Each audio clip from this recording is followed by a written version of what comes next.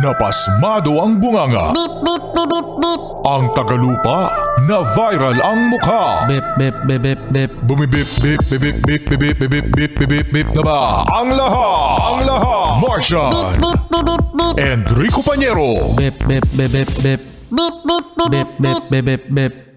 Bip, bip, bip, bip, bip. Kikilaak!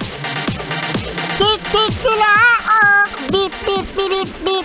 Ito na ang 101.1 Yes FM Balitang Oy, shout out sa mga Yes Pre natin ngayon na nasa EDSA.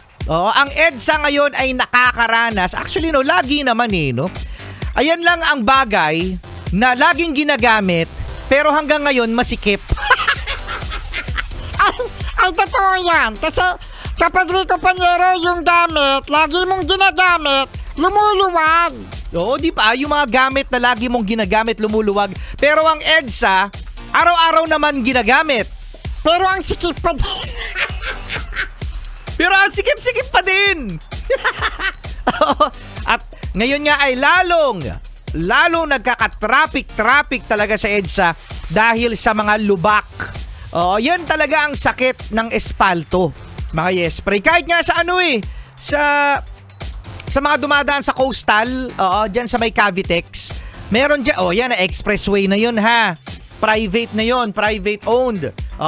Talagang nagkakaroon ng lubak-lubak. Kasi lalo-lalo na kapag talagang maraming dumadaan, lalong-lalo na kapag may mga truck. Mga mabibigat na mga sasakyan, talagang masisira at masisira ang espalto kapag lumambot dahil sa ulan o dahil sa baha. Yun nga lang kasi, ang mahirap kasi, nagbida-bida kasi ang DPWH na ang espalto ay tatagal ng 5 taon. Oh. 5 years pala. 5 years pala.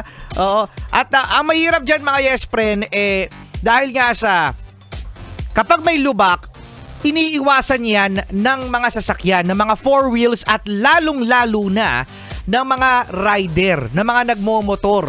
At isa yan sa mga rason kung bakit sila naaaksidente dahil merong mga ulat, mga balita na umiwas yung rider dun sa lubak.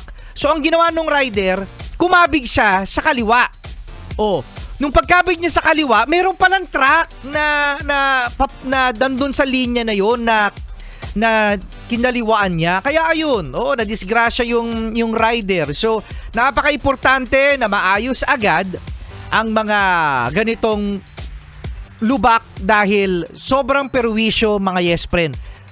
Milyon-milyon o bilyon ang nasasayang sa pondo ng Pilipinas, hindi lamang sa paggawa niya ng paulit-ulit, kung hindi pati na rin dahil sa traffic. Imagine nyo, mga Yes Friend, yung kinakarga yung gasolina at saka diesel, balita next week.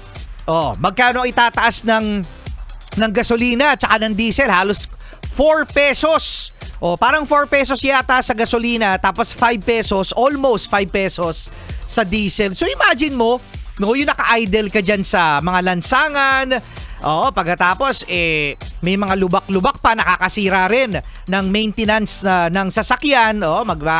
Kaya nako, ano ba? Ano ang gagawin natin? Ano na lang ang gagawin natin, Rico Pañero? Magtiis! Oo nga. Magtiis na lang tayo. Charlie Kit Morning, ang saya. Ang saya-saya magtiis.